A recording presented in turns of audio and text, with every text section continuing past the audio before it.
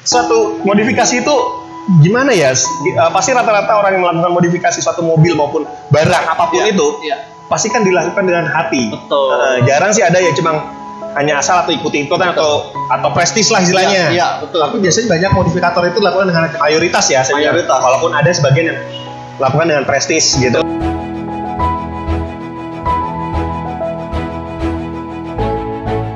Kali ini kita kedatangan narasumber yang ya menurut kami sangat berkualitas atau beristimewa ya teman-teman.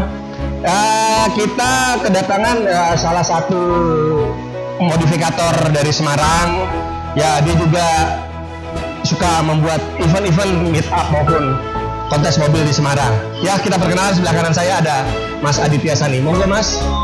Semuanya, thank you Mas Andri udah diundang nih di sini. Nama saya Aditya, salam kenal semuanya. Kali ini kita cerita apa nih Mas?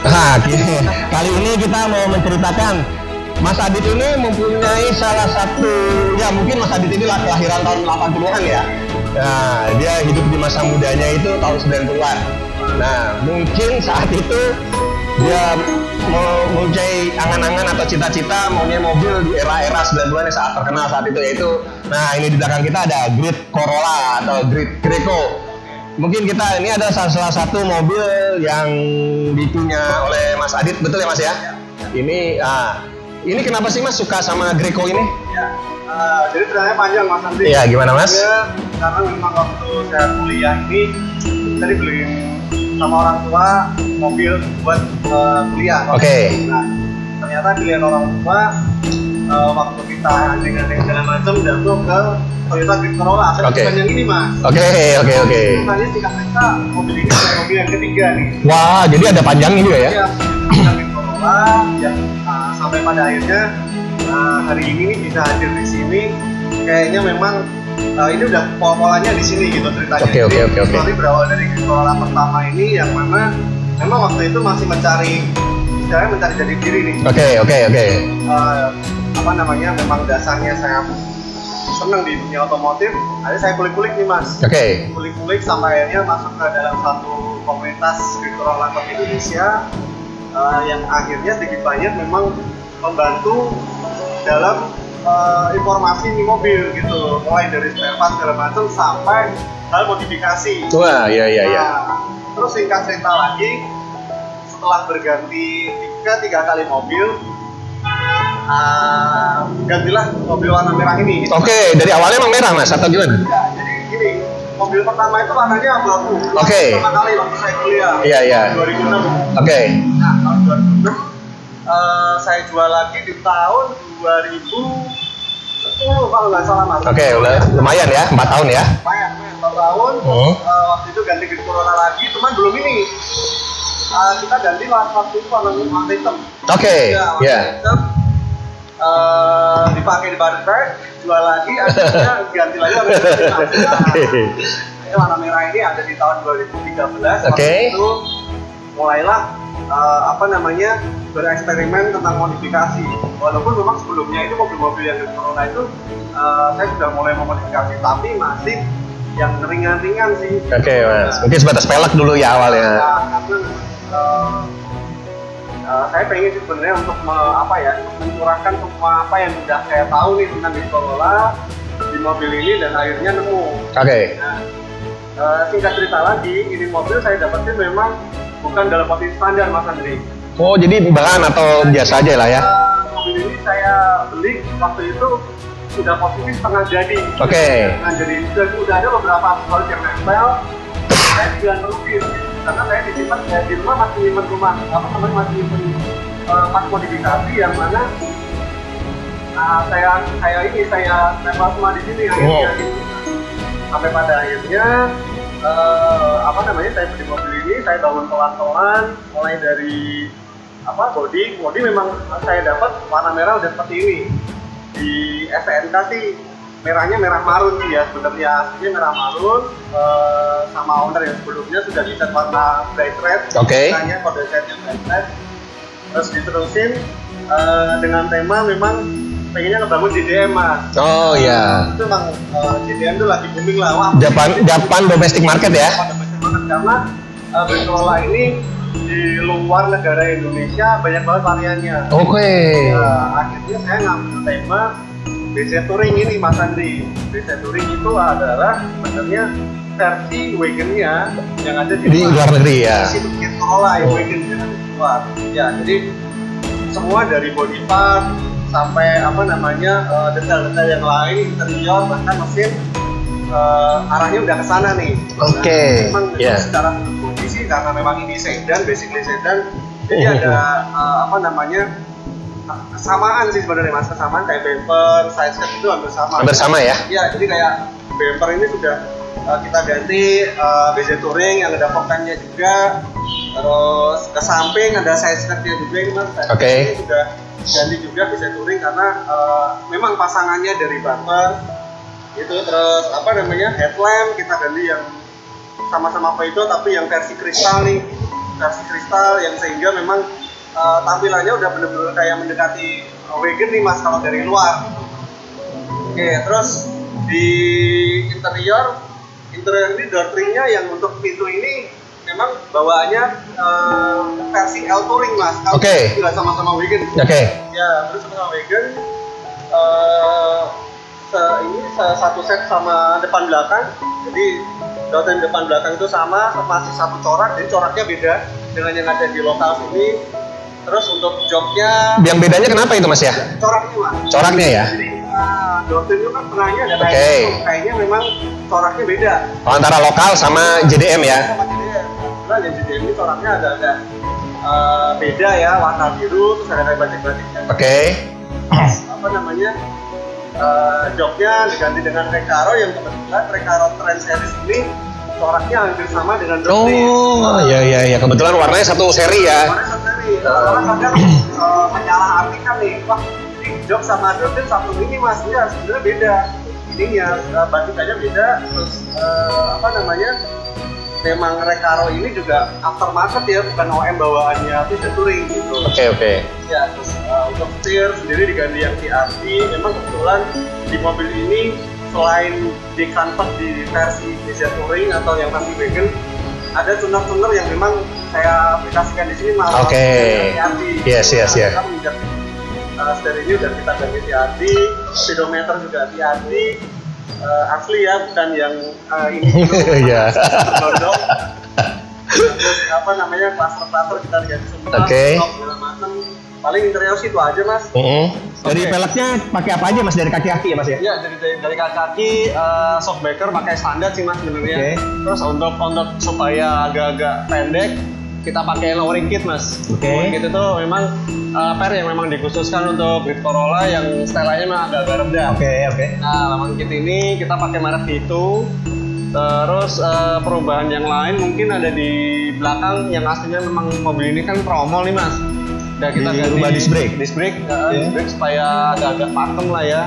Terus selain itu menginjak ke velg sih, velg kebetulan ini memang sebenarnya velg mobil ini bukan velg ini Mas yang nempel, jadi ada endorsean dari teman dari lumayan.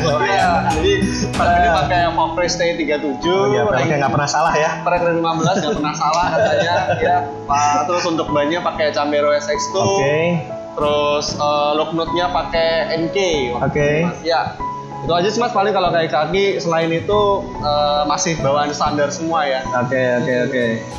Oke, kalau gini coba sekarang tadi kan Mas Adit udah ngejelasin nih dari bagian kaki-kaki, interior. Kira-kira kalau bagian engine-nya itu ada perubahan nggak Mas atau masih standar? Ya, jadi engine ini kebetulan udah di shop engine Mas Andi. Shop engine memang bawaan mobil ini adalah mesin 4 AFP. Sekarang kita ganti dengan mesin blacktop 4 AG. Nah, blacktop 4 AG ini pun juga untuk blok bawahnya saya ganti dengan yang 1800 cc. Jadi istilahnya di 7 AG Frankenstein sih. Sekarang ini yang nempel ini cc-nya udah jadi 1800 Mas. Wah, ya udah naik ya. Naik, cuman untuk kompresi segala macam sih masih standar. Semuanya masih standar segala macam. Buat saya udah cukup sih Mas untuk jalan sehari-hari. Wah ya lumayan lah ya. Lumayan lah, masih bisa agak ngebut juga. Ya minimal nggak kalah sama mobil-mobil era 2000-an sekarang ya. Iya, masih bisa mengejar-kejaran lah. Walaupun ini generasi 90-an tapi kan nggak mau kalah juga di tahun 2000-an. Nah, ini Mas yang mendasari Mas Adit nih kan warna merah, senang sama Grito. kira-kira ini kan tadi udah sebutin banyak perubahan ya, masih dari awal melakukan perubahan. Kira-kira nih Mas, berapa sih biaya untuk melakukan modifikasi Griko ini Mas? Ya, jadi kalau ngomongin biaya, sebenarnya secara terperinci sih nggak pernah ngitung Mas. Betul, namanya hobis ya. Karena memang waktu proses untuk modifikasi ini kan bertahap. Oke. Bertahun-tahun yang mana memang ada proses yang kita nikmatin lah. Oke. Memang dulu awal dapat mobil ini sebenarnya bukan mobil standar ya, memang udah setengah jadi yang ada beberapa aksesoris. Akhirnya saya terusin dengan memasukkan tema BC Touring ini gitu ceritanya. Nah kalau ngomongin biaya sih sebenarnya kalau untuk beli mobilnya sendiri pun mungkin lebih sih sebenarnya. Biasanya sih gitu Mas. Iya. Udah lumrah banget. Beli mobil misalnya ya harganya 100 juta. Tapi modifikasinya bisa 200 bener, juta gitu. Cuman gini, kita harus benar-benar kalau soal modifi memikirkan bagaimana caranya supaya nggak rugi-rugi amat Mas. Oh gitu tipsnya gimana Mas ya? Jadi gini, kalau modifikasi biar teman-teman tahu nih. Iya, modifikasi ini kita harus cermat dalam memilih part segala macam sih. Oke. Karena kalau kita bener, modifikasi ini bisa jadi investasi Mas. Betul, setuju kalau itu. Kebetulan memang yang saya tempel di sini adalah barang-barang yang memang original OEM.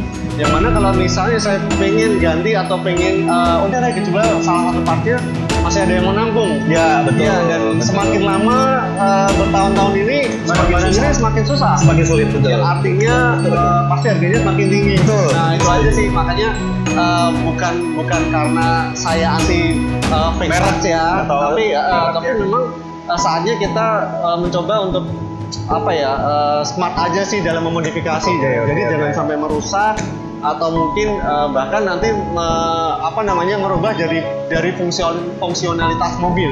Setuju. Akhirnya setelah modif nggak bisa dipakai atau dijualnya anjlok. Banyak yang seperti itu sih. Ya. Kalau untuk pribadi saya sih seperti itu ya Mas ya. Mungkin teman-teman yang lain ada kan ya karena persepsinya beda-beda. Benar. Tidak ada yang sama manusia itu. Iya.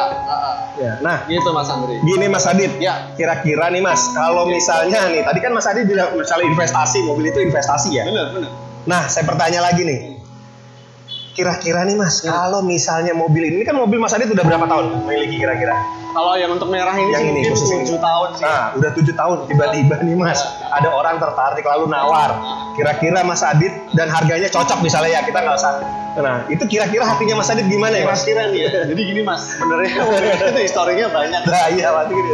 Cuman karena saya udah berkeluarga sekarang, akhirnya sih realistis sih ya. Realistis yang mana memang ya mobil keluarga sih memang kebetulan kita udah pakai, udah ada, dan makanya mobil ini kebanyakan nganggur Mas. Betul, banyak di rumah lah ya. Pernah sih diskusi dengan keluarga bahwa ya udah sih nggak apa-apa, memang histori sih nggak bisa digantiin, tapi kita realistis aja sih, benda mati aja. Tapi ada kutip Mas, kira-kira asal harganya kan? Ya. Nah, itu soal harga sih sebenarnya saya bingung juga Mas mau matok berapa nih. Soalnya nggak tahu juga ya. Nggak tahu juga harus nominal berapa. Cuman seandainya ada yang memang berani dengan harga yang pantas sih, boleh lah. Suatu modifikasi itu gimana ya? Pasti rata-rata orang yang melakukan modifikasi suatu mobil maupun barang apapun itu pasti kan dilakukan dengan hati. Jarang sih ada yang cuma hanya asal atau ikut-ikutan atau prestis lah istilahnya. Iya, betul. Tapi biasanya banyak modifikator itu dilakukan dengan mayoritas ya, walaupun ada sebagian yang lakukan dengan prestis gitu. Betul. Ya, memang motivasi sendiri sih Mas. Ya, gitu. Nah, dari Mas Adit sendiri dengan kecintaan dan itu, apakah pernah terpikir nggak sih di kepala Mas Adit bahwa, aduh saya bosen nih modifikasi Griko, kira-kira mau pindah ke merek lain atau apa? Pernah kepikiran nggak seperti itu Mas? Merek lain sih belum kepikiran sih Mas. Artinya gini, seandainya memang ide saya harus dituangkan di mobil ini pun, saya dikasih kesempatan lagi, mungkin saya akan bikin sesuatu yang baru lagi nih selain ini. Tapi tetap basically dari Grand Corolla. Udah tertarik langsung Corolla Wagon-nya datangin ke sini Mas. Itu dia tuh. Itu kan langka ya. Lebih langka lagi ya. Soalnya mobil wagon memang di Indonesia masih jarang. Betul. Ada sih ada yang punya beberapa orang. Ada. Di Semarang pun ada sih. Oh, di Semarang juga ada ya. Luar biasa. Nah, Mas Adit nih kira-kira nih Mas Adit kan udah bermain mobil udah lama ya, maksudnya modifikasi mobil udah lumayan lama lah ya. Kalau menurut saya pribadi, ada tips dan trik nggak sih Mas untuk melakukan suatu ya untuk awal-awal seorang ingin yang memulai baru ingin memulai modifikasi mobilnya atau barangnya tersebut? Ya, jadi kalau dari saya sih sebenarnya untuk soal modifikasi ini adalah suatu tahapan proses sih Mas. Artinya proses itu ketika kita mulai suatu modifikasi memang masih belum benar, kita harus mau mulai mau belajar. Dan belajar dari orang yang lebih ngerti. Bertanya lah ya. Dan kita jangan jadi orang yang istilahnya sombong tidak mau menerima masukan. Jadi kita memang harus benar-benar mau sharing, keterbukaan apa yang menjadi kekurangan kita itu kita harus menyadari juga bahwa kita memang ada keterbatasan di situ. Nah, dari pembelajaran proses ini nantinya akan membentuk suatu ide kreativitas sih Mas dari dalam diri kita, yang mana juga harus mengikuti tren atau update yang ada di luar sana ya. Artinya di luar Semarang ya, bukan di luar negeri, karena modifikasi di Indonesia pun sebenarnya patut kita atuhi jempol karena kiblatnya juga sudah mulai dilirik oleh mancanegara. Jadi kita harus tetap menggali diri kita sih ya, dan mau menerima masukan. Jadi sebelum menginjak hal yang lebih jauh segala macam, kita harus melihat nih peta modifikasi arahnya seperti apa. Jadi nggak semua mobil ini pantas dengan satu modifikasi yang sama temanya. Belum tentu kan? Iya, belum tentu. Misalnya bahkan belum tentu satu unit pun sama. Benar, belum tentu juga. Ya, jadi semua kan harus ada konsepnya nih Mas Andri. Misalnya mau bikin mobil mobil GDM atau mobil street racing, bahkan mobil balap pun semua ada konsepnya. Betul. Jadi parts yang dipakai itu bukan sembarangan. Memang harus peruntukannya yang jelas. Jangan capek belajar, tetap menggali potensi. Jangan sungkan bertanya. Jangan jadi pemalu.